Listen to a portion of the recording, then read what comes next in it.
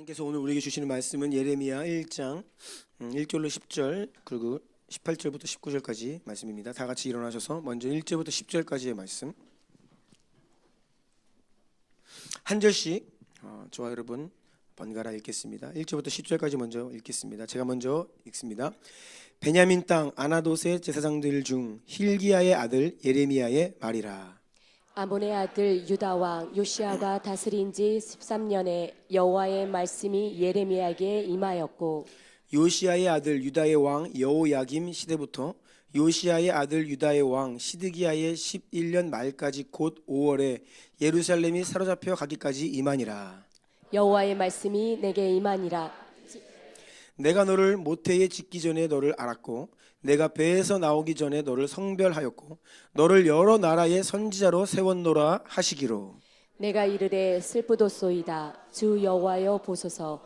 나는 아이라 말할 줄을 알지 못하나이다 하니, 여호와께서 내게 이르시되 너는 아이라 말하지 말고 내가 너를 누구에게 보내든지 너는 가며 내가 내게 무엇을 명령하든지 너는 말할지니라. 너는 그들 때문에 두려워하지 말라. 내가 너와 함께하여 너를 구원하리라. 나 여호와의 말이니라 하시고, 여호와께서 그의 손을 내밀어 내 입에 대시며 여호와께서 내게 이르시되 보라 내가 내 말을 내 입에 두었노라. 보라, 내가 오늘 너를 여러 나라와 여러 왕국 위에 세워 내가 그것들을 뽑고 파괴하며 파멸하고 넘어뜨리며 건설하고 심게 하였느니라 하시니라. 아멘. 아멘. 18, 19절은 함께 읽습니다. 시작. 보라 내가 오늘 너를 그 온 땅과 유다 왕들과 그 지도자들과 그 제사장들과 그 땅 백성 앞에 견고한 성읍 쇠기둥 노성벽이 되게 하였은즉 그들이 너를 치나 너를 이기지 못하리니 이는 내가 너와 함께하여 너를 구원할 것임이니라. 여호와의 말이니라. 아멘. 자리에 앉으시겠습니다. 우리 주변에 있는 분들과 이렇게 축복하며 인사합시다. 하나님이 우리의 아버지이십니다.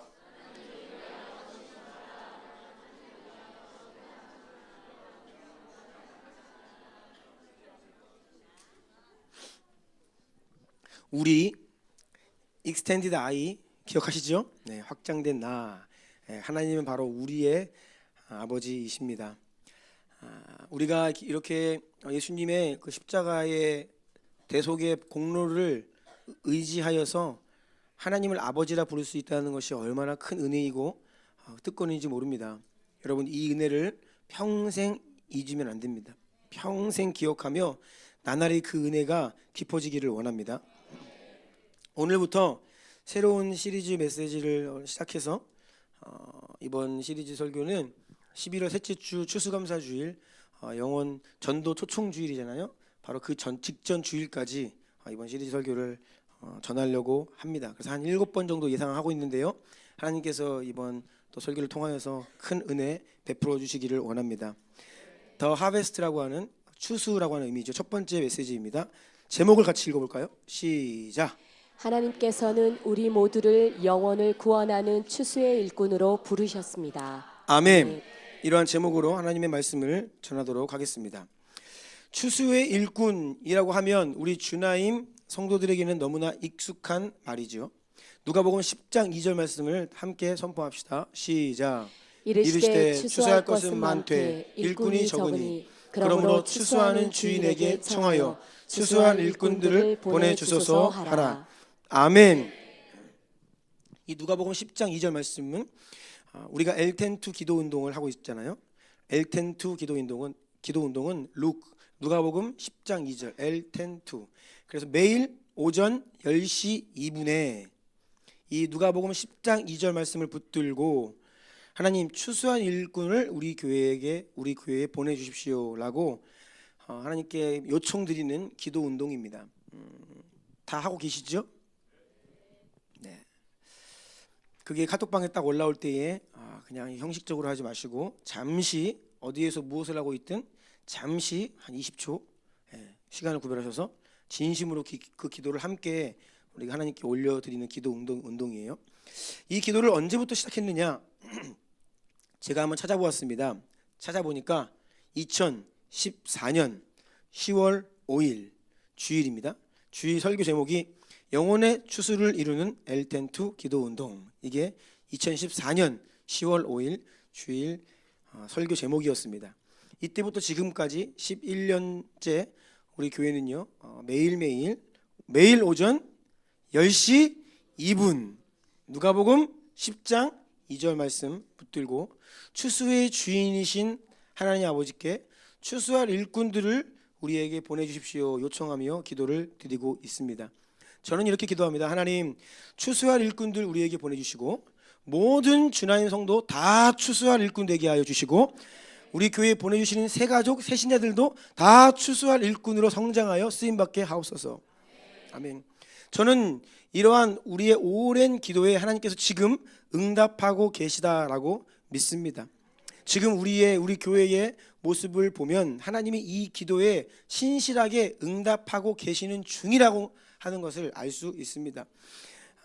바로 지금 우리의 모습이 기도의 응답이에요. 그리고 이 기도는 앞으로 더 온전하게, 더 영광스럽게, 더 풍성하게 열매 맺게 될 것입니다. 여러분, 기도는 아주 중요해요. 여러분, 기도 왜 하시죠? 기도는 그냥 힘들어서 합니까? 우리가 기도할 때 믿음으로 해야 하고 믿음으로 한 기도는 반드시 응답되는 것을 믿기 때문에 기도합니다. 아멘. 내가 기도하면 하나님이 들으시고 응답하신다는 것을 내가 알고 믿기 때문에 기도하는 거죠. 그렇지 않다면 우리는 기도하지 못할 것입니다.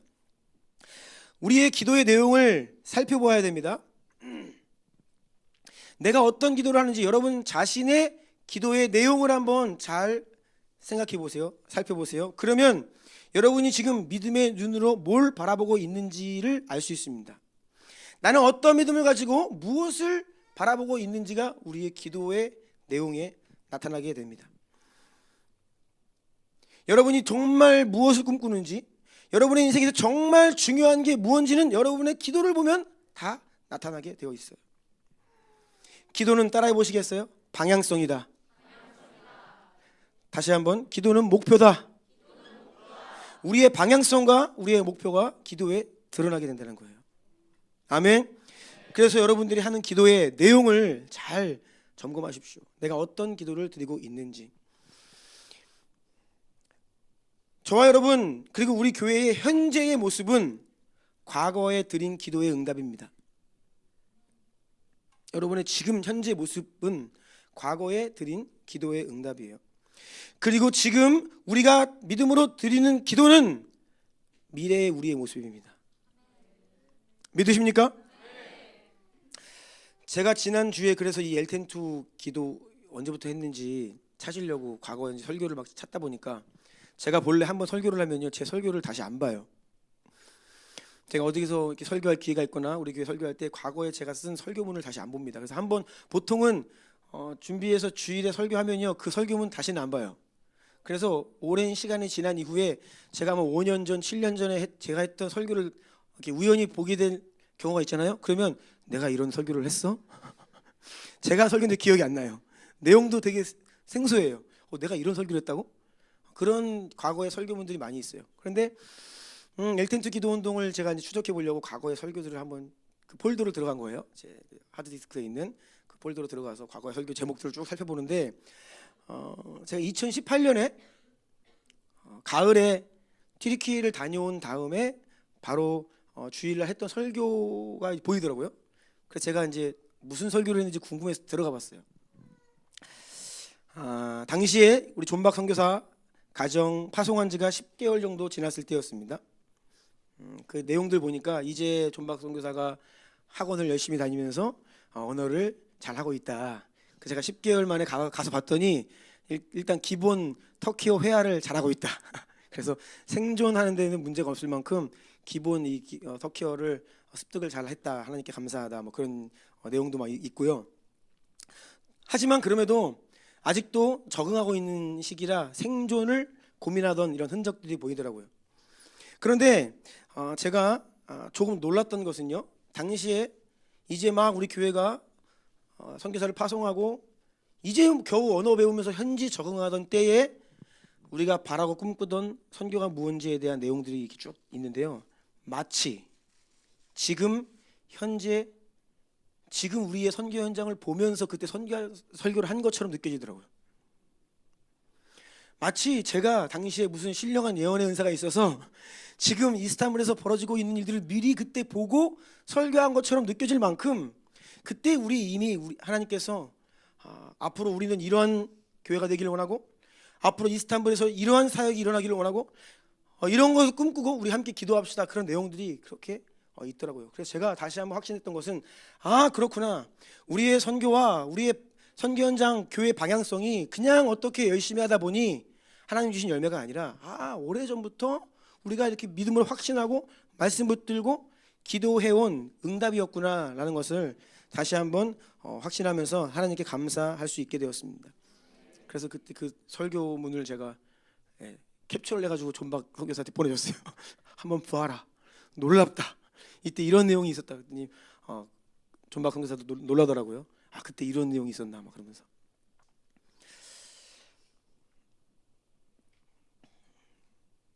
여러분, 교회도 그렇고요, 선교도 마찬가지고 여러분의 인생도 가정도 마찬가지입니다. 우리가 별 생각 없이 그냥 가다 보면 이렇다 할 열매를 기대하기가 어려워요. 우리는 명확한 방향성을 가지고 하나님의 분명한 뜻을 확신하며 부르심을 따라서 그것을 바라고 그것을 꿈꾸고 또 믿음으로 그것을 기도해야 비로소 분명한 열매를 얻을 수 있다는 것입니다. 아멘.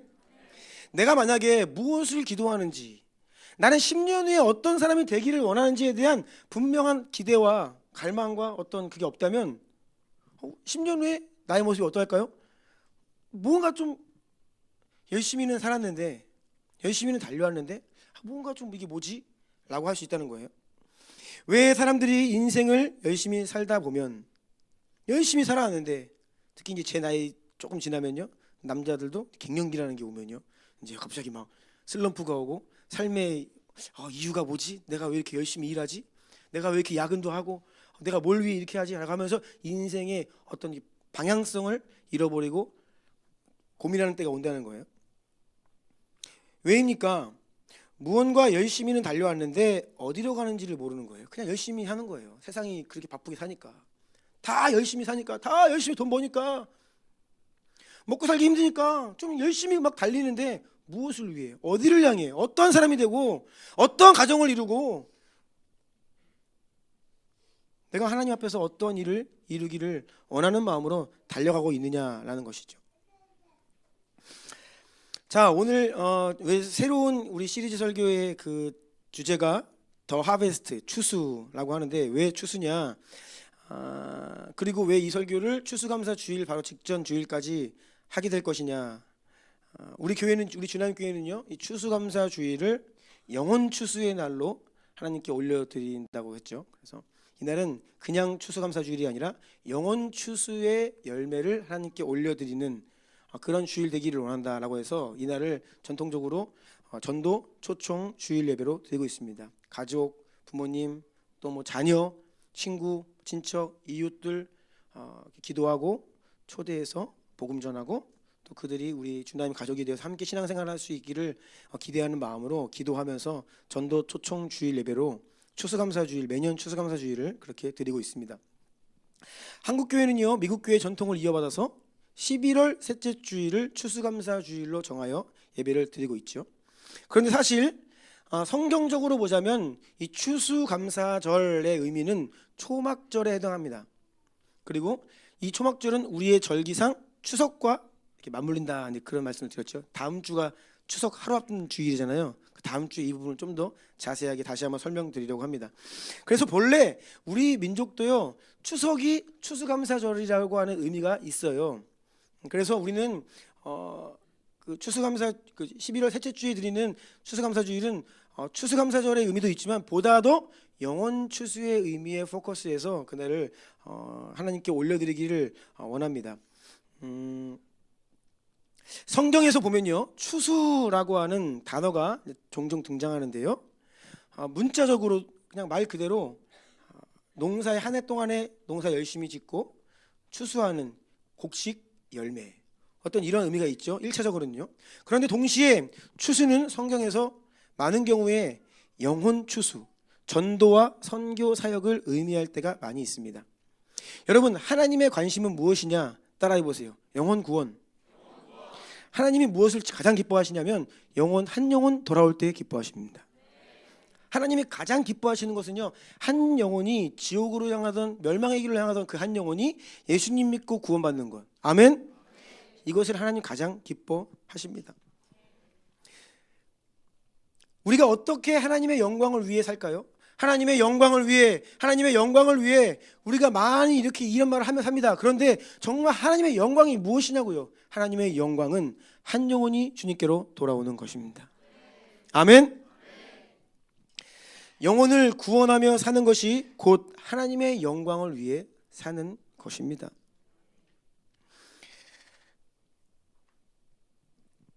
그래서 이 추수라고 하는 의미에 영혼을 구원한다라고 하는 의미가 있다고 했죠. 그래서 엘텐투 이제 그 말씀 누가복음 10장 2절 말씀 다시 좀 보면요. 여기에서 추수할 것은 많은데 일꾼이 적다라고 하는데 추수할 것이란 뭐예요? 사람을 이야기하는 거예요. 영혼들. 구원받아야 될 영혼. 거두어 추수해야 될 영혼들, 추수를 기다리고 있는 알곡이 사람을 의미하는 거예요. 추수하는 주인은 하나님 아버지이십니다. 추수할 일꾼은 뭐예요? 그러면 그 영혼에게 복음을 전해야 되는 전도자들, 세상에서 복음을 전해야 되는 성도들. 아멘. 좌우에 있는 분들 보시면서 한번 이렇게 축복해 주세요. 당신이 추수할 일꾼입니다.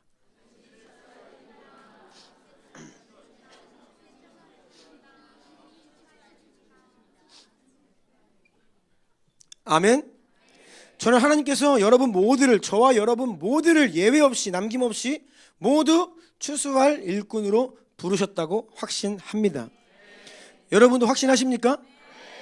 이 부분에 동의가 안 되는 분이 있으시다면 오늘 말씀을 통해 동의가 되기를 축복합니다. 이 부르심은 어떤 특별한 누군가를 향한 부르심이 결코 아니에요. 하나님께서 저와 여러분 우리 모두를 추수의 일꾼으로 세우기를 원하십니다. 오늘 모두가 이 부르심 앞에 아멘으로 반응하시기를 축원합니다. 오늘 본문 말씀 예레미야 1장 말씀은 하나님께서 예레미야를 선지자로 부르시는 그 선지자를 예레미야를 콜링하시는 그 부르심에 대한 내용이 기록되어 있죠. 선지자는요, 하나님께 부름받아 하나님의 음성을 듣고 하나님의 말씀을 받아 백성들에게 대신 전하는 사명을 가진 자였습니다. 사람들이 우둔해요. 영적으로 눈이 가려져 있어요. 하나님과의 교제의 끈이 끊어져 있습니다. 그러니까 도무지 하나님의 마음을 알지 못하고 하나님의 음성을 듣지 못하고 각기 제 길로 가고 있는 거예요. 그래서 하나님께서는요, 선지자를 부르셔서 그에게 감동 주시고 말씀하시고 전해라. 선지자는 들은 말씀을 전하는 사명을 평생 감당했던 자들이죠. 그래서 이 예레미야가 오늘 받았던 이 소명을 저는 이 말씀을 보면서 오늘 주님께 성도들에게 하나님이 주시는 소명과도 같다. 오늘날의 모든 성도들을 하나님께서 마치 선지자와 같은 자들로 하나님의 말씀을 받고 하나님의 그 능력의 복음을 받아 세상에 전달하는 자들로 우리를 부르시는구나. 아멘. 그래서 이 예레미야 1장의 소명장이 그냥 예레미야 한 사람을 부른 것이 아니라 오늘 주님 모든 성도를 부르시는 하나님의 소명인 줄로 믿습니다. 자, 1번이에요. 같이 읽어볼까요? 시작.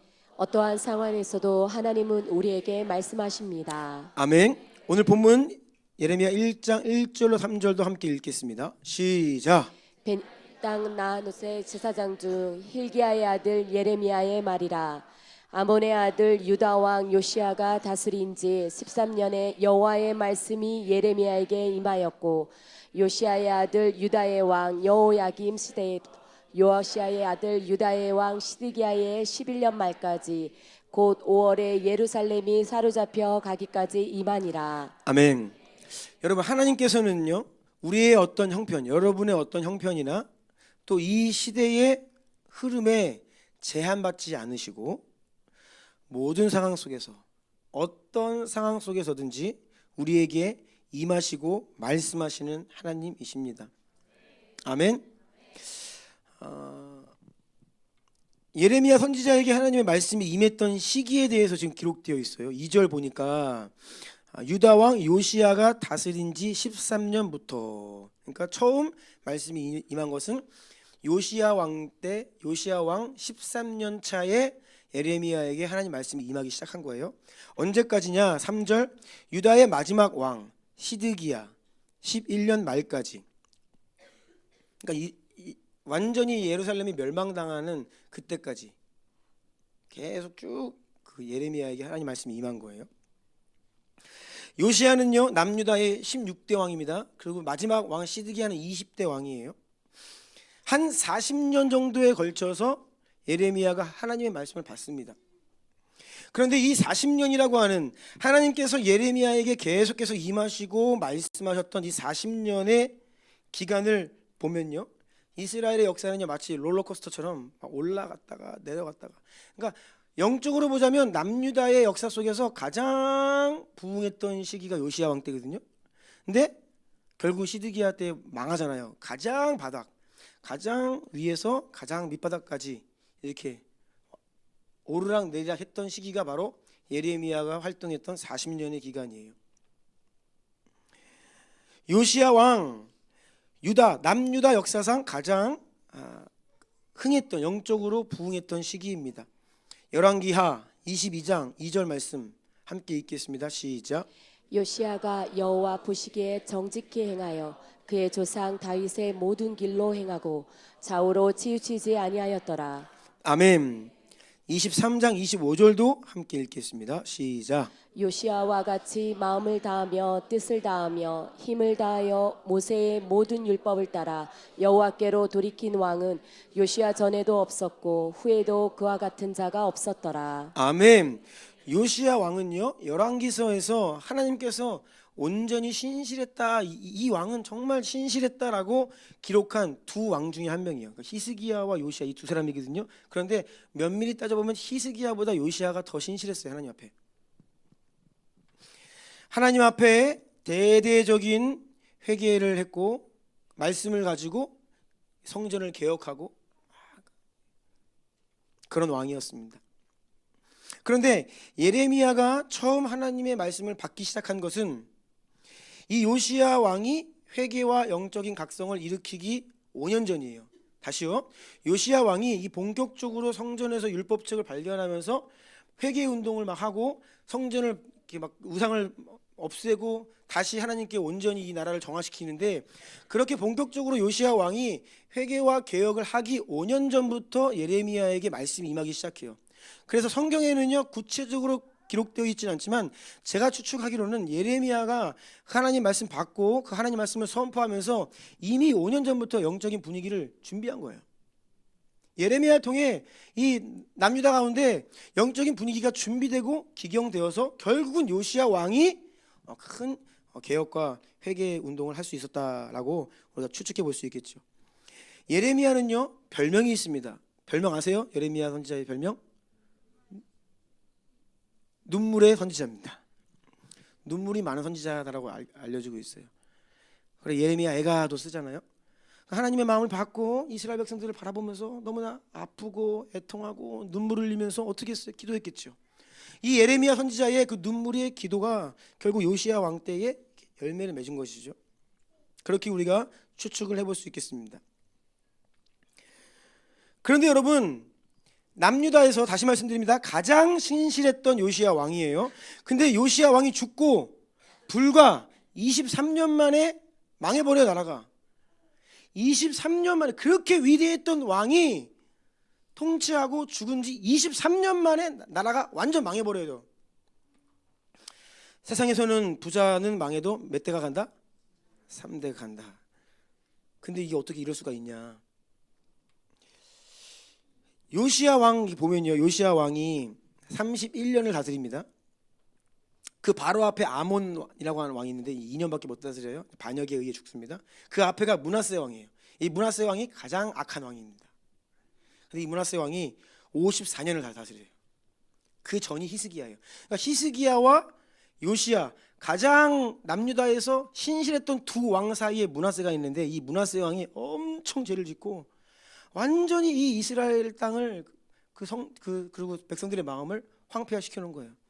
그래서 앞뒤로 신실한 왕이 하나님 앞에 신실하게 백성들을 깨우고 섬기지만 이 므낫세라고 하는 이 중간 이 존재가 얼마나 죄를 많이 졌는지 그 잔재가 계속 사람들의 마음 안에, 백성들의 어떤 문화와 생활 안에 남아 있는 거죠. 그래서 요시야 왕이 31년 동안이나 힘껏 하나님을 섬겨보지만 역부족이었어요. 열왕기하 23장 25절 26절입니다. 시작. 요시아와 같이 마음을 다하며 뜻을 다하며 힘을 다하여 모세의 모든 율법을 따라 여호와께로 돌이킨 왕은 요시아 전에도 없었고 후에도 그와 같은 자가 없었더라. 그러나 여호와께서 유다를 향하여 내리신 그 크게 타오르는 진노를 돌이키지 아니하셨으니 이는 므낫세가 여호와를 경노하게 한 그 모든 경노 때문이라. 아멘. 이 말씀은 하나님께서 과거에 므낫세 왕이 지은 죄가 너무나 심해서 용서를 못한다 그런 의미가 아니라, 므낫세 왕의 우상 숭배와 타락이 너무 극심해서 심지어는 요시야 왕 때에 다시 한번 영적으로 부흥하는 시간을 지났음에도 불구하고 그 이전의 죄의 잔재와 생활 양식들이 여전히 남아있는 거예요. 이스라엘 안에 정리가 되지 못한 겁니다. 그것을 말씀하고 계시는 거예요. 저는 이것을 보면서요, 새삼 다시 한번 무엇을 느끼냐면, 여러분, 무언가를 세우는 일, 생명을 살리는 일은요 매우 고되고 어렵고 오래 걸립니다. 생명을 지키고 살리고 세우는 일은 너무나 고되고 어렵고 오래 걸려요. 하지만 망가뜨리는 거는 순식간입니다. 무너뜨리는 거는 순식간이에요. 죽이는 거는 그냥 뭐 한 방에 빵 끝나요. 한 인생을 정말로 멋진 사람 만들기 위해서는 부모님께서 이 자녀가 출가하기 전까지 태어나서부터 거의 20년 이상을 얼마나 이루 말할 수 없는 사랑과 수고를 그냥 쏟아부어야 한 인생이 겨우 만들어져요. 인간구실을 할 수 있게 돼요. 겨우겨우. 그런데 그 인생 죽이는 거? 뻥. 사탄이? 여러분, 이게 우리가 살아가는 이 세상이 죄악된 세상이고 우리 모두가 죄의 본성을 가진 자들이라는 것을, 이 환경을, 우리의 주변 환경과 우리의 본성을 여러분 잘 이해해야 됩니다. 그렇지 않으면 신앙생활이 쉽지 않아요. 왜냐하면 다시 말씀드립니다. 세우는 것은 어려워요. 무너지는 것은 순식간입니다. 다시 말씀드려요. 한 아이를 훌륭한 사람 만들려면요, 정말로 그 아프리카 속담에는 온 마을이 필요하다. 한 아이를 기르려면 그만큼 너무나 많은 사람들의 수고와 정성과 돌봄이 필요합니다. 하지만 한 아이의 인생 망가지는 것은 쉽습니다. 그냥 내버려 두면 돼요. 그냥 편한 대로, 그래 네 생각대로 그냥 살자라고 하면 그냥 망가지는 겁니다. 너무 쉽죠. 우리가 영적으로도 사람을 치유하고 살리고 세우고 구원하는 일도 마찬가지입니다. 한 영혼을 제대로 믿음의 사람, 믿음의 장수로, 예수 그리스도의 제자로 세워가는 일은 많은 기도와 사랑과 섬김이 필요합니다. 반면에, 여러분 잘 들으십시오. 반면에 아무리 믿음이 좋아 보이던 한 사람도 영적인 고삐를 늦추고 어영부영 하고 싶은 대로 세상 사람들과 어울리면서 그렇게 하루 이틀 한 달 두 달 살다 보면요, 영적인 은혜를 금방 다 소진해버리고 세상 사람처럼 살게 됩니다. 순식간에 그 일이 일어나요. 세우는 것은 서서히 더뎌 보이지만 여러분, 무너지는 것은 순식간입니다. 그래서 여러분, 당연히 세우는 것은 어렵지만 무너뜨리는 것은 쉬워요. 세상이 죄로 타락한 세상이에요. 우리 모두 사람들이 연약한 죄인들이에요. 그러니 세우는 일이 쉬워요, 무너뜨리는 일이 쉬워요? 무너뜨리는 일이 쉬운 거예요. 그래서 인류 역사상 단 한 번도 믿음이 다수의 것이었던 적은 없어요. 믿음은 언제나 소수의 것입니다. 물론 명목상 그리스도인의 이게 수치가 높아졌던 때는 있지만 여러분, 진짜 믿음 가진 자는 소수입니다. 하나님 나라, 하나님 백성이라고 일컬어졌던 이스라엘 안에서도 그 시대를 가만 들여다보면 정말 하나님 경외하고 진짜 신실한 믿음을 가지고 살아갔던 사람들은 소수예요. 다수는요, 종교적이고 입술로만 주여주여하고 하나님을 경외하지 않고 내가 원하는 대로 살던 자연인과 같은 사람들이었다는 것이죠. 예수님도 말씀하십니다. 구원은 좁은 길이다, 좁은 문이다. 여러분, 우리가 남들 가는 대로 남들처럼 살면 안 됩니다. 남들처럼 살면 안 돼요. 특별히 오늘날 이 현대 교회 안에서 살아가는 많은 사람들의 신앙생활 하는 것처럼 신앙생활하면 안 됩니다. 교회 안에 명목상 그리스도인들이 너무나 많아졌고, 교회는 다니지만 실상 예수님을 믿는 게 맞나 싶은 사람들이 너무나 많아요. 그래서 누가 교회 다니고 누가 믿음 있다라고 해서 그냥 그 사람들처럼 그냥 신앙생활 하면 안 돼요. 성경 안에서도요, 남은 자들은 언제나 소수였어요. 많은 사람들은 곁길로 가요. 천국에 가는 사람보다 지옥에 가는 사람들이 훨씬 많습니다. 조금 많은 게 아니라 훨씬 많습니다. 지금도 마찬가지입니다. 천국보다 지옥에 가는 사람들이 훨씬 많습니다. 그래서 우리는요, 그냥 눈에 보이는 수많은 사람들, 내 주변의 사람들처럼 살면 안 돼요. 그건 하나님의 뜻 앞에 온전한 길이 아니기 때문이에요. 예레미야의 사역으로 돌아와서 예레미야 사역의 전반부는요, 유다 역사상 가장 영적으로 부흥했던 시기였다라는 것을 말씀드렸고요. 하지만 그가 이제 사역했던 이제 후반부는요, 이렇게 어려운 시간이었다라는 거예요. 1차 포로, 2차 포로, 결국에는 완전히 망할 때까지 계속해서 하나님 말씀이 그에게 임했죠. 그래서 여러분, 우리가 영적으로 충만한 부흥의 시간을 지날 때이든지, 아니면 혹독한 고난과 어두움의 골짜기를 지날 때이든지, 하나님의 말씀은 여전히 하나님의 사람들에게 임합니다. 아멘. 하나님을 경외하고 그 시선을 하나님께 두고 하나님 앞에 머무는 자들에게는요, 시대가 어떻든 세상이 어떻든 뭐 영적으로 부흥기든 암흑기든 환난과 핍박이 와도 하나님의 사람들에게는 하나님의 말씀이 임한다는 거예요. 아멘. 뿐만 아니라 예레미야가 하나님의 말씀을 처음 소명받았을 때에는요, 사회적으로 미성숙하고 경험이 부족했던 어린 소년이었을 것으로 추측을 합니다. 자, 오늘 본문 6절 다시 한번 읽어볼까요? 시작. 내가 이르되 슬프도소이다. 주 여호와여 보소서. 나는 아이라 말할 줄 알지 못하나이다 하니. 아멘. 여기에서 아이라고 하는 단어는요, 경제적으로 아직 부모님에게 의존하고 있는 상태를 말합니다. 그래서 정확한 나이는 알 수 없지만 아마 추측을 해보자면 이때의 예레미야의 나이는 10대 후반에서 20대 초반의 청년, 그러니까 청소년이나 20대 초반의 청년이었을 것으로 추정할 수 있습니다. 이것은요, 하나님께서 누군가에게 임하시고 또 감동 주시고 말씀하실 때에 그 사람의 나이나 경력, 사회적인 지위나 인간적인 조건들, 이것들이 하나님의 부르심에 결코 장애가 될 수 없다는 것이에요. 중요한 것이 한 가지인데, 그것을 하나님의 말씀이 우리에게 임하느냐. 네. 내가 과연 하나님의 음성 듣기를 갈망하고 사모하느냐. 그리고 그 말씀이 들려올 때에 우리가 그게 하나님께서 나에게 하시는 음성으로 깨닫고 분별하여 믿음으로 순종하느냐, 이 문제죠.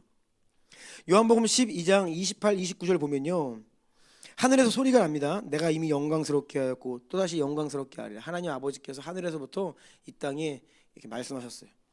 29절 보니까 곁에 서서 들은 무리는 천둥이 울었다고도 했다, 이렇게 얘기를 해요.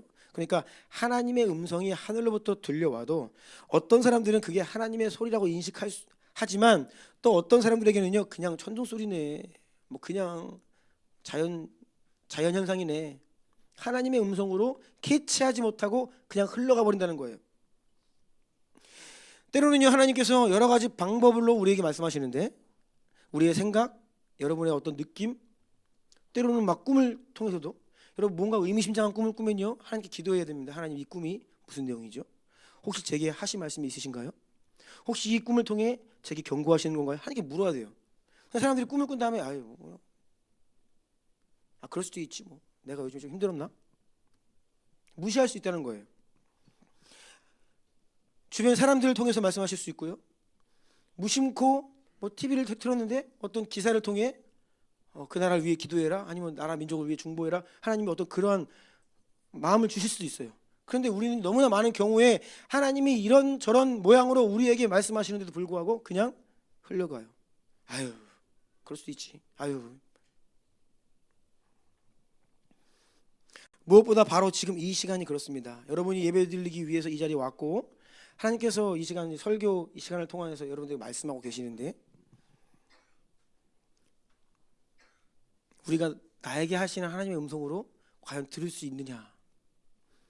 우리가 매일 성경을 펴서 읽을 때에 그 본문이 그냥 이전에 기록되어 있는 객관적인 하나님의 말씀이 아니라 그것을 넘어서서 지금 나에게 하시는 하나님의 음성으로 과연 우리는 들을 수 있느냐?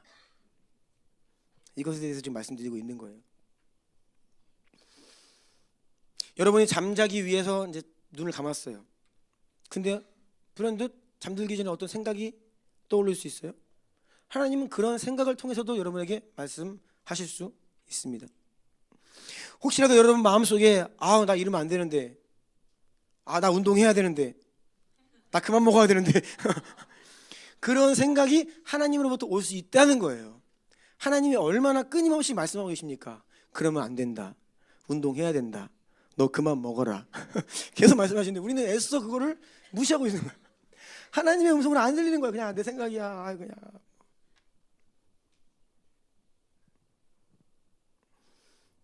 정말 이렇게 살면 안 되는데 지난주에 우리 윤대성 목사 말씀 들으면서 술을 진탕 드시고 내가 왜 이렇게 살까?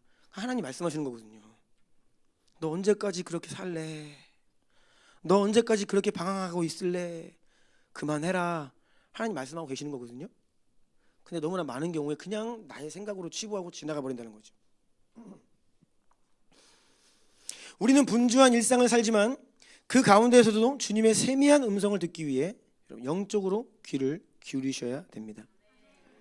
작은 생각과 어떤 작은 느낌과 감정이나 사건까지도 하나님이 나에게 말씀하시는 것일 수 있다라는 경각심을 가지고 주님의 음성에 귀를 기울여야 되는 줄로 믿습니다. 특별히 작은 어려움이라도 인생이 찾아오면 하나님께 여쭤봐야 됩니다. 하나님, 이 어려움을 통해 나에게 무엇을 말씀하십니까?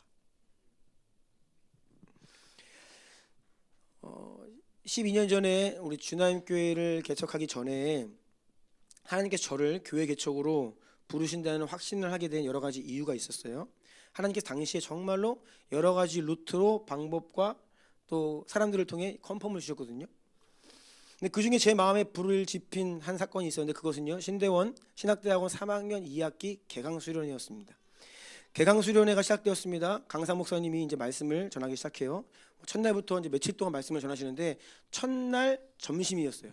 첫날 점심 예배 때 첫 말씀을 전하시는데 그 말씀이 끝난 이후에 예배를 끝난 이후에 이 신학생들 사이에서 어떤 이야기를 했냐면 이번에 수련회 강사 잘못 보셨다. 왜냐하면 보통은 막 뜨겁고 은혜가 풍성한데 되게 밋밋했어요. 예배가. 그리고 사람들이 냉랭했고 아멘이 잘 안 되고 그냥 그렇게 이게 수련회 맞아라고 할 만큼 그냥 너무나 차분하게 그냥 예배가 끝나버렸어요. 그래서 이번에 수련회 강사 잘못 오셨다. 뭐 신학생들이 교만해가지고 평가를 많이 해요. 뭐 설교가 어떻느니 뭐 자기들은 진짜 못하면서 훌륭하신 목사님 오셔서 설교하시는데 뭐 설교가 어땠느니 뭐 평가를 막 해요. 아무튼 그러면서 비판의 목소리가 많았어요. 그런데 모르겠어요. 저는 은혜를 많이 받았습니다. 저는 그 목사님이 시작부터 끝까지 하나님이 나에게 개인적으로 하시는 것처럼 느껴질 만큼 정말 하나님이 나에게 말씀하신다라고 느껴질 만큼 그 말씀이 저 개인적으로 제가 그때 막 고민하고 기도하는 중에 그 응답들로 막 제 마음에 새겨졌어요. 같은 설교를 들어도 어떤 사람은 그냥 별거 아닌 걸로 지나갈 수 있지만 어떤 사람에게는 인생을 바꾸는 하나님의 음성으로 들릴 수 있다는 것입니다. 오늘 지금 이 시간도 여러분에게 저의 이 부족한 설교가 하나님의 생생한 음성으로 들려지는 은혜가 있기를 축원합니다. 2번입니다. 시작. 우리는 단지 말씀의 통로만이 아니라 메시지 자체가 되어야 합니다. 오늘 본문 5절 말씀 읽겠습니다. 시작. 내가 너를 모태에 짓기 전에 너를 알았고 내가 배에서 나오기 전에 너를 성별하였고 너를 여러 나라의 선지자로 세워놓으라 하시기로. 아멘. 선지자는 하나님의 말씀을 받아 백성들에게 전하는 사명을 가진 자다라고 말씀을 드렸습니다.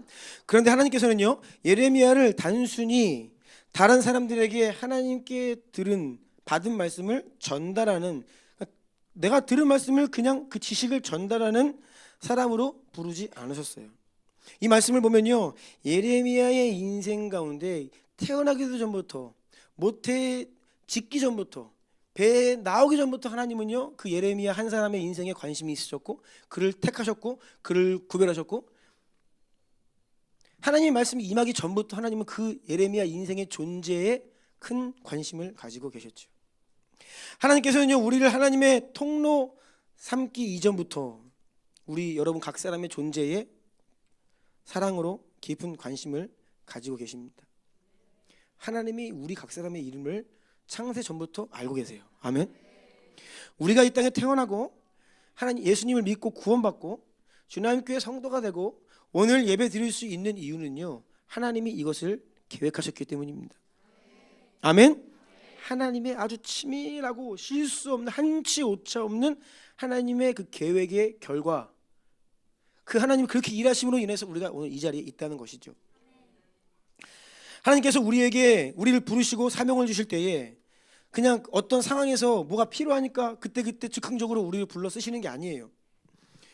오래전부터 우리의 존재를 미리 준비하셨고, 우리를 위해 그것을 위해 우리에게 사랑을 부어주셨고, 결국에는 때가 이르면 그 소명을 주시고 사명을 감당할 수 있도록 일하시는 신실하신 하나님이신 줄로 믿습니다. 지난 금요일에 스몰처치 예배를 드렸습니다. 스몰처치 예배 날이 기대가 되십니까? 정말이세요? 네. 기대가 안 되면 바꾸려고요.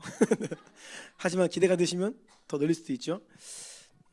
저는 스몰처치 예배가 우리가 함께 모여서 드리는 예배 그 이상으로 뜨겁고 은혜가 있기를 원합니다. 근데 또 스몰처치 예배만의 장점이 있잖아요. 성도 간에 서로 깊은 나눔을 하고 또 신앙에 서로를 도전하고 격려하고 권면하는 그런 은혜가 있기를 원합니다. 모든 스몰처치마다 목자님들이 서 계십니다. 그런데 우리 목자님들은 여러분들이 잘 아시는지 모르겠지만 스몰처치 예배 앞두고 준비를 많이 하십니다. 왜냐하면 말씀을 전해야 되거든요. 설교를 해야 됩니다. 그러니까 설교 준비를 열심히 하세요. 그런데 우리 목자님들 그때 조심해야 할 것이 있습니다. 그것은 내가 오늘 어떤 말씀을 전할까? 어떻게 하면 더 잘 설교할 수 있을까? 이 메시지 내용을 준비하는데 마음이 분주할 수 있어요. 자, 다시요. 메시지 설교 내용을 준비하는데 마음이 분주할 수 있어요. 그런데 더 중요한 것은 무엇이냐면 말씀을 잘 준비해서 설교 잘하는 것보다 더 중요한 것은 그 말씀을 통해 하나님이 나에게 뭐라고 말씀하시는지.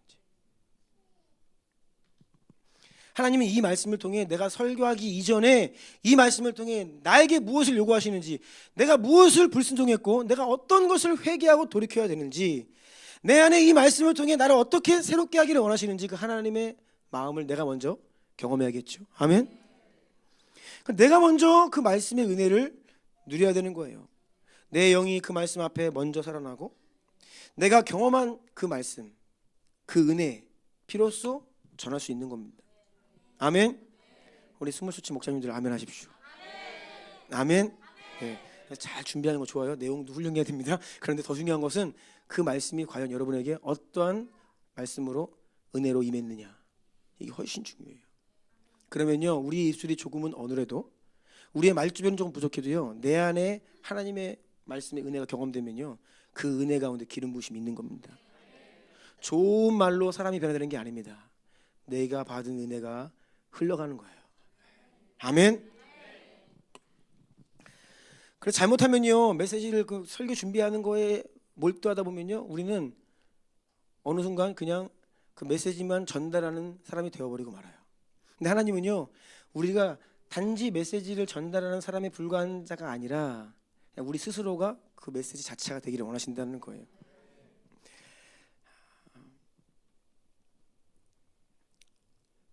제가 이런 말씀 드리기가 좀 부끄럽지만, 말씀을 전하는 사람은요, 그 말씀을 전하는 사람 입술에서 나오는 그 복음의 내용뿐이 아니라 그 말씀을 전하는 사람의 삶이 메시지가 되어야 됩니다. 네. 우리의 존재 자체가 복음이 되어야 돼요. 제가 이렇게 자랑하는 게 하나 있습니다. 우리 교회를 자랑하는 거. 그거는 뭐냐면 우리 주나인 성도 한 분 한 분은 하나님 살아계시다는 증거다. 그게 저의 자랑이에요.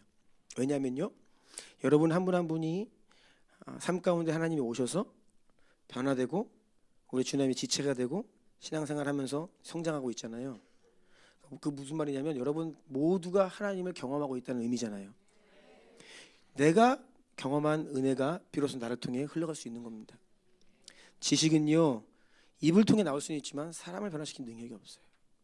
하지만 내가 경험한 영적인 은혜는요, 나를 통해 다른 영혼들에게도 흘러가게 되는 것이죠.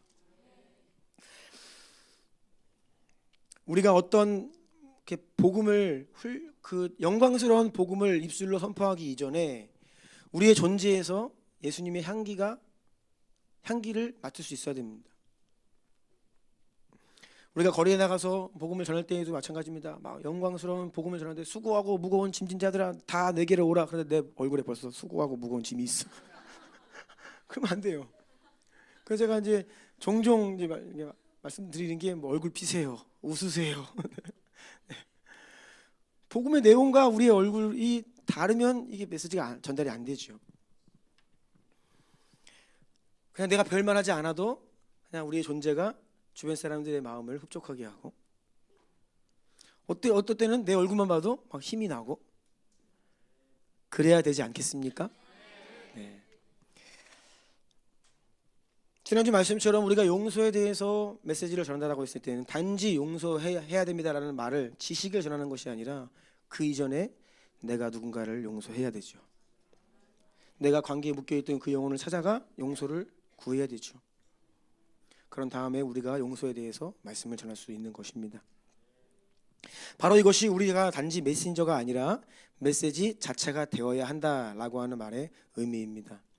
이러한 여러분들 되시기 축복합니다. 3번입니다. 시작. 내면의 믿음 없는 목소리들과 싸워 이겨야 합니다. 아멘. 오늘 본문 6절 말씀이 읽습니다. 시작. 내가 이르되 슬프도소이다. 주 여호와여 보소서. 나는 아이라 말할 줄을 알지 못하나이다 하니. 아멘. 하나님께서 우리를, 저와 여러분을 사명의 자리로 부르실 때에 놀랍게도 우리 안에서는요, 이 거룩한 부르심을 반항하고 무력화시키려고 하는 내면의 목소리들이 막 들려옵니다. 아주 요란하게 들려옵니다.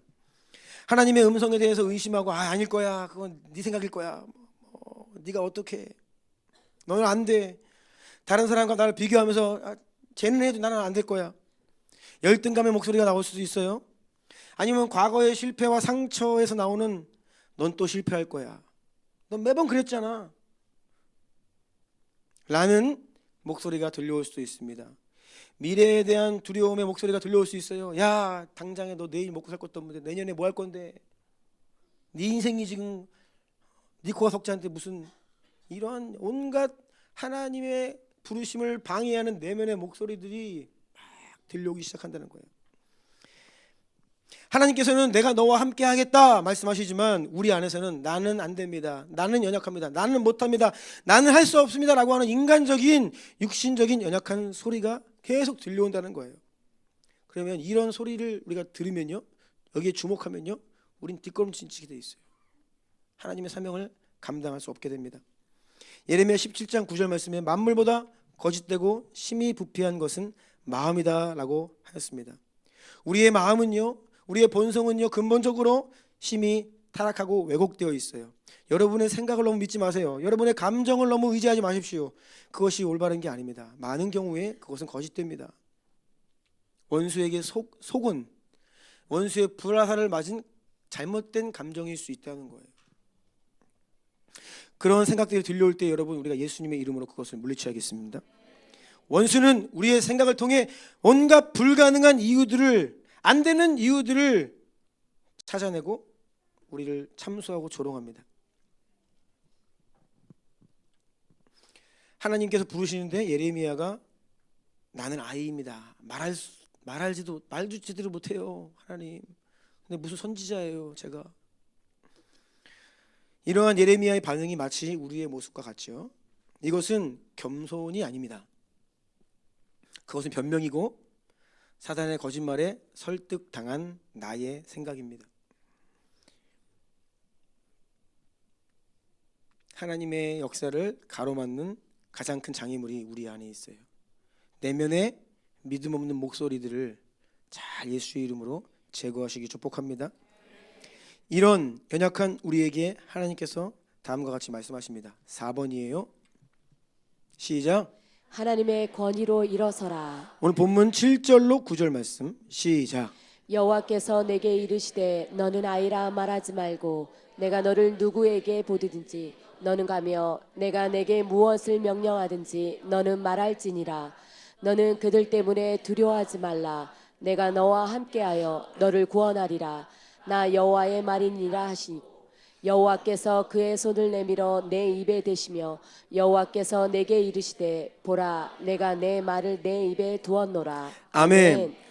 여러분, 너무나 감사한 것은 우리의 변명과 나약함에도 불구하고 하나님은 저와 여러분을 향하신 그 뜻과 계획을 결코 철회하지 않으신다는 거예요. 아멘. 그분은 우리의 이러한 연약한 자기를 너 자신을 부인해라. 너의 연약함과 한계를 뛰어넘어라. 그리고 하나님의 능력으로 들어오기를 간절히 원하십니다. 애시당초에 우리를 부르실 때부터 우리의 능력으로 하라는 게 아닙니다. 너는 안 되니까 내가 도와줄게. 너는 안 되니까 나를 의지해라. 사실 이러한 마음으로 우리를 부르시는 거예요. 그러니까 하나님, 저는 연약해요가 아니라 저는 연약하지만 주님을 의지하여 순종하겠습니다. 아멘. 우리의 언어가 이렇게 태도가 하나님 앞에 바뀌어야 되는 줄로 믿습니다. 예레미야는 자기의 정체성을 완전히 새롭게 해야 했습니다. 우리도 마찬가지예요. 우리가 우리 스스로 평가할 때 이렇게 이야기할 수 있어요. 나는 너무 젊다. 뭐 하기에 너무 어려. 반대로 나는 너무 나이가 많아.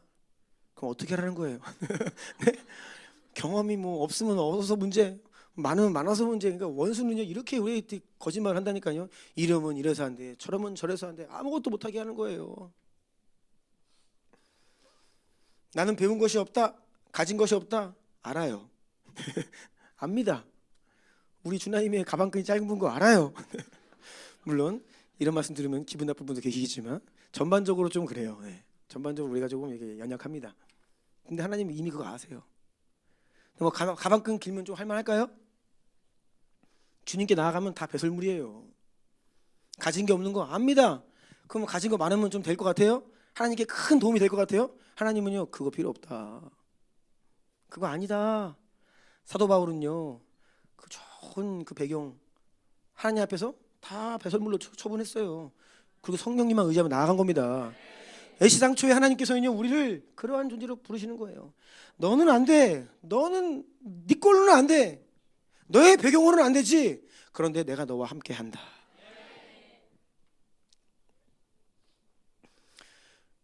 우리의 정체성은요 우리의 어떤 조건이나 경험에 근거한 것이 아니라 나는 하나님께서 영원 전부터 택하시고 구별하시고 부르신, 따라하세요, 하나님의 존귀한 자녀다. 아멘.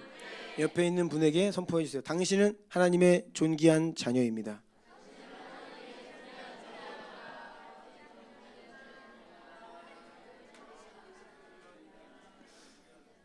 제가 왜 이렇게 서로 하라고 시키냐면 많은 분들이 좋을 때 그래요. 상태가 좀 이렇게 조시는 분이 많으면 제가 시키는 겁니다. 그러니까 양해해 주세요. 네, 잠을 깨시고. 여러분이 만약에 여전히 내면의 목소리가 이런 목소리가 있다면, 나는 이런 가정에서 태어났고, 나는 뭐 사실 어려서부터 뭐 부모님의 사랑을 못 받았고, 나는 가난하게 자랐고, 나는 공부도 못해서 배운 것도 없고, 나는 직장도 변변치 않고, 뭐 연봉도 그렇고, 나는 성격도 별로고, 네, 뭐 점점점. 그래서 어떻게 해요? 네, 온갖 이유들. 네. 하나님이 오늘 그 여러분의 내면의 목소리를 잠재우기를 원하십니다. 자기 정체성을 바꿔야 돼요. 왜 자꾸 자기를 그렇게 비하하냐고요. 안 돼요. 안 됩니다. 다시 7절 8절 한번 띄워주시고요. 하나님은요 우리 스스로가 내가 너를 누구에게 보내든지 너는 가며 내가 내게 무엇을 명령하든지 너는 말할지니라. 너는 그들 때문에 두려워하지 말라. 내가 너와 함께하여 너를 구원하리라. 내가 너와 함께하리라. 아멘.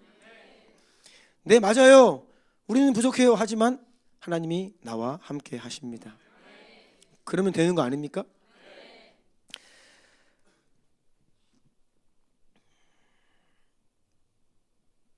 9절 보라 내가 내 말을 내 입에 두었노라. 엄청난 권위이죠. 하나님께서 우리의 입술에 하나님의 말씀을 두시면요, 그것이 엄청난 권위가 되죠. 하나님께서 우리에게 권위를 주시면요, 내가 하는 말이 그냥 나의 지식에서 나오는 나의 말이 아니라 하나님이 내 입술에 두신 하나님의 말씀이 되면요, 그렇게 해서 권위를 갖게 되면요, 우리의 말이 이전과 같지 않습니다. 같은 말을 해도 다르게 들립니다. 사람들이 내 말을 이전과 다르게 듣기 시작해요. 그리고 사람들이 반응을 하기 시작합니다. 이것이 권위죠. 권위는 지식이 아니에요. 권위는 스킬이 아닙니다. 권위는 하나님께서 여러분의 입에 두신 하나님의 말씀입니다. 그래서 우리는 이것을 갈망해야 됩니다. 하나님, 제 입에 하나님의 말씀을 주십시오. 당신의 말씀을 제 입술에 주십시오. 권위를 주십시오. 권위를 가진 자로 살게 하십시오. 이러한 기도를 해야 된다는 거예요. 그래야 비로소 우리가 영혼을 살릴 수 있다는 것이죠. 자, 5번입니다. 시작. 하나님은 우리를 세상을 향해 선포할 뿐 아니라 다스리는 자로 세우기를 원하십니다. 아멘. 아멘. 하나님의 부르심과 사역에는요, 이 두 가지 차원이 존재한다라고 또 구분해 볼 수 있습니다. 첫 번째 차원은요, 세상을 향해 하나님 말씀 전하는 겁니다. 이것은 하나님께로부터 무언가 감동을 받아요. 그 감동으로 우리가 살아가면서 또 세상에 그것을 이렇게 이야기하는 거, 선포하는 거예요. 이것만으로도 훌륭한 사역입니다. 우리가 거리에 나가서요, 복음을 선포하죠. 말씀을 선포합니다. 내게 주신 말씀, 나를 구원하신 하나님 말씀을 거리로 나아가 선포하는 것, 전달하는 것도 굉장히 귀한 사역입니다. 하지만 하나님은요, 우리가 거기에만 머물기를 원치 않으십니다. 그 다음 단계 더 높은 차원으로 가기를 원하세요. 그것은요, 그저 전달할 뿐이 아니라 영향을 주는 거죠. 아멘. 세상을 향해 선포하는 자를 넘어서서 세상을 다스리는 자가 되기를 원하신다는 거예요. 자, 오늘 본문 10절입니다. 시작. 보라, 내가 오늘 너를 여러 나라와 여러 왕국 위에 세워 내가 그것들을 뽑고 파괴하며 파멸하고 넘어뜨리며 건설하고 심게 하였느니라 하시니라. 아멘. 아멘. 여러분, 이 말씀을 잘 보십시오. 이 말씀 안에 담겨 있는 권세와 능력이 실로 엄청납니다. 여기에서 선지자 예레미야는 더 이상 그냥 하나님께 받은 말씀을 전달하는 통로에 불과한 것이 아니죠. 실제로 여러 나라와 권세를 향해 그의 선포가 국가의 흥망성쇠를 좌우하고 영적인 질서를 재편하고 하나님의 주권적인 역사의 통로가 되게 할 것이라고 약속하고 계십니다. 뽑고 파괴하고 파멸하고 넘어뜨리며, 이게 뭡니까? 우리의 각 사람의 내면과 우리의 가정과 이 사회 곳곳에 견고하게 자리 잡고 있는 거짓들, 견고한 진들, 죄와 우상 숭배의 문화들, 하나님을 대적하여 높아져 있는 사상들, 이 시대의 거센 죄악의 풍조들, 이거 다 뽑혀야 되고 파괴되어야 되고 파멸하고 넘어뜨려야 됩니다. 아멘. 하나님이 그 일을 위해 우리를 부르고 계시는 거예요. 특별히 우리는 먼저 이런 역사가 우리 안에 일어나도록 해야 돼요. 우리 안에 뽑고 파멸하고 넘어뜨려야 될 거짓들이 있다는 거예요. 잘못된 세상에서 영향받은 사상과 가치관들이 있다는 것이죠. 그것이 하나님의 역사를 제한하기 때문에 먼저는 우리 안에서 뽑고 파괴하고 파멸하고 넘어뜨리는 역사가 일어나야 되는 줄로 믿습니다. 그리고 우리에게 맡겨주신 영혼들, 가족들, 성도들, 서로 우리에게 붙여주신 모든 사람들 안에 이 역사가 일어날 수 있도록 기도하고 말씀을 전하고 실질적으로 이 역사를 행하는 통로가 되어야 된다는 것입니다. 그리고 건설하고 심게 하였느니라. 무너뜨릴 뿐만 아니라 이제는 죄를 제거했으면 어떻게 해야 됩니까? 그들 안에 하나님의 나라를 세워야 됩니다. 그 한 영혼이 정말 예수님의 신실한 제자로 하나님을 경외하는 자로 추수하는 일꾼으로 설 수 있도록 그를 세워야 돼요. 건설해야 돼요. 아멘. 하나님은요, 우리를 이렇게 사용하기를 원하십니다. 믿으십니까? 아멘. 6번입니다. 거의 끝까지 왔어요. 자, 시작. 하나님께서는 사명에 순종하는 자들에게 절대적인 보호를 약속하십니다. 아멘. 18, 19절도 읽겠습니다. 시작. 보라, 내가 오늘 너를 그 온 땅과 유다 왕들과 그 지도자들과 그 제사장들과 그 땅 백성 앞에 견고한 성읍 쇠기든 노선병이 되게 하였은즉 그들이 너를 치나 너를 이기지 못하리니 이는 내가 너와 함께하여 너를 구원할 것임이니라. 여호와의 말이니라. 아멘. 아멘. 하나님은 우리를 부르실 뿐 아니라 그 부르심에 믿음으로 반응하는 사람에게 절대적인 보호를, 안전을 약속하고 계십니다. 물론 예수님을 따라가는 인생에 크고 작은 어려움들이 많죠. 사명에 순종해서 간다, 주님의 길을 따라간다. 원수가 그거 너무 싫어해요. 원수의 첫 번째 목표는요, 한 사람 구원받는 거 방해하죠. 절대로 이 천국으로 가는 거 싫어해요. 어떻게 해서든 지옥 백성 만들려고 방해합니다.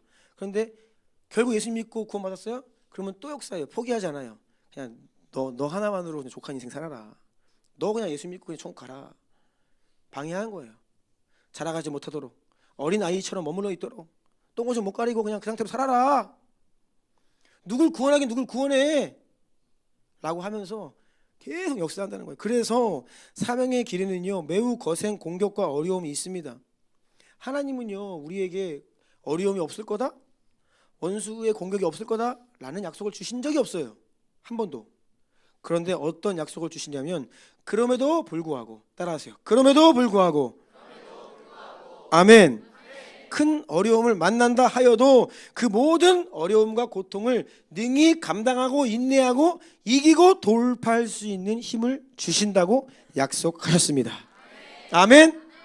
시편 23편 4절입니다. 시작. 내가 사망의 음침한 골짜기로 다닐지라도 해를 두려워하지 않을 것은 주께서 나와 함께 하심이라. 주의 지팡이와 막대기가 나를 안위하시나이다. 아멘. 아멘. 고린도전서 10장 13절 말씀도 선포하겠습니다. 시작.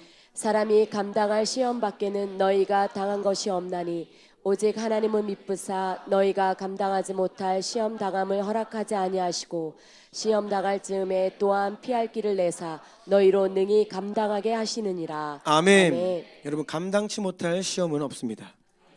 감당치 못할 고난도 없습니다. 이기지 못할 어려움도 없어요. 다 이길 수 있어요. 예수 안에서. 하나님 함께 하시기 때문에. 어떤 공격에도 여러분을 보호하시고 지키실 것이다 약속하고 계신 줄로 믿습니다. 이 말씀을 꼭 붙드시기를 원합니다. 그래서 우리의 성벽이 되시는 거예요. 성벽이 되시고 기둥이 되시고 우리를 지켜 보호하신다고 약속하셨습니다. 누구에게요? 사명받은 자들에게. 사명받은 자들에게. 말씀을 마무리하기를 원해요. 우리 예배팀 나와주시고요. 7번 띄워주세요. 네, 그래서 마지막 7번입니다. 함께 선포해 볼까요? 시작. 주여 저희 모두를 추수하는 일꾼으로 세우시고 사용하옵소서. 아멘. 아멘. 베드로전서 2장 9절 보니까 그러나 너희는 택하신 족속이요 왕 같은 제사장들이요 거룩한 나라요 그의 소유가 된 백성이니 이는 너희를 어두운 데서 불러내어 그의 기이한 빛에 들어가게 하신 이의 아름다운 덕을 선포하게 하려 하심이라. 여러분 모두를 향하신 하나님의 부르심이죠. 왕 같은 제사장으로 거룩한 나라로 세상을 향하여서 이 생명의 복음을 힘있게 선포하고 전하는 자들로 여러분 모두를 부르셨습니다. 예외 없습니다. 이 위대하고 영광스러운 하나님의 사명을 가진 자들로 우리를 부르셨어요. 마치 구약의 선지자와 같은 자들이에요. 믿는 자들은 소수거든요. 세상에서요. 여러분 학교를 가보세요. 직장을 가보세요. 정말 진실한 믿음 가지고 살아가는 사람들이 소수예요. 근데 하나님은요 그 가운데 우리를 빛과 소금으로 보내셨고 사명 가진 자들로 우리를 부르고 계시는 거예요. 그런데 문제는 우리가 여기에 동의가 안 되는 거예요. 많은 경우에 그냥 겨우 교회 한번 와서 예배드리고 연약함이 많아서 그냥 예수 믿고 그냥 천국 가는 거 그 정도 아니요. 우리의 문제는 우리도 예레미야처럼 나는 아이라 말할 수가 없습니다. 말하지 못합니다. 제가 무슨 복음을 전할 수 있겠어요? 라고 이야기하며 살아간다는 것이죠. 하나님은 우리 모두를 추수의 일꾼으로 부르고 계십니다. 무엇이 증거냐? 주나임 성도 되게 하신 것이 그 증거입니다. 우리 주나임 모든 성도는 한 분도 예외 없이 다 믿음의 장소로 자라가셔야 합니다. 그리고 여러분이 계속 자라가시면서 하나님의 영혼들을 구원하실 거예요. 계속 새로운 영혼들을 보내주실 겁니다. 여러분의 주변에 있는 믿지 않는 분들 붙여주실 거예요. 교회로 인도하실 것입니다. 내가 자라나고 준비되어야 됩니다. 복음을 전하고 말씀으로 사람을 살리고 양육하고 그렇게 그런 사명자의 자리로 저와 여러분을 부르셨다는 거예요. 아멘. 한번 스스로에게 선포합시다. 나는 사명자다. 나는 사역자다. 나는 사람을 살리는 자다. 아멘. 이 말씀을 두고 한번 기도하기를 원합니다. 하나님께서 여러분에게 세상 가운데서 뽑고 파괴하고 파멸하고 넘어뜨리고 또 건설하고 심고 세우는 자로 살도록 우리를 부르셨습니다. 하나님의 뜻이 그것이라면 우리가 그 뜻을 붙들고 기도해야 되죠. 우리가 위대해서가 아니에요. 하나님이 그것을 원하시기 때문이에요. 그러면 그 하나님의 바람과 뜻을 나의 목표 방향 삼고 기도하면 돼요. 우리가 기도하면요, 지금은 연약해 보여도 시간이 지나면 어느새인가 그 기도의 응답으로 우리는 그러한 사람이 되어 있죠. 나를 통해 어느샌가 모르게 나를 통해 은혜 받고 나를 통해 구원받고 나를 통해 교회 발걸음한 영혼들이 하나 둘씩 생겨나는 거예요. 하나님은 그러한 영광스러운 자리로 여러분을 부르고 계십니다. 나는 아이라 하지 마십시오. 나의 배경이 초라하다 말씀하지 마세요. 나는 가진 것이 없다 자책하지 마세요. 함께 하시는 하나님을 바라보시고 약속의 말씀을 붙들기를 축복합니다. 추수할 것은 많은데 추수할 일꾼이 부족하오니 추수하는 주인에게 요청합시다. 주여 우리에게 추수할 일꾼을 보내주시옵소서. 주여 저희 모두가 추수할 일꾼 되게 하여 주시옵소서. 주여 주님이 보내시는 모든 영혼들이 추수할 일꾼으로 주 앞에 쓰임받게 하여 주시옵소서. 그러한 은혜를 구합시다. 그러한 권세를 구합시다. 그러한 권위를 주님께 구합시다. 주님께서 구하는 자에게 응답 주실 것입니다. 우리 두 손 들고 주의 이름 세 번 부르고 함께 기도하며 나아갑시다. 주여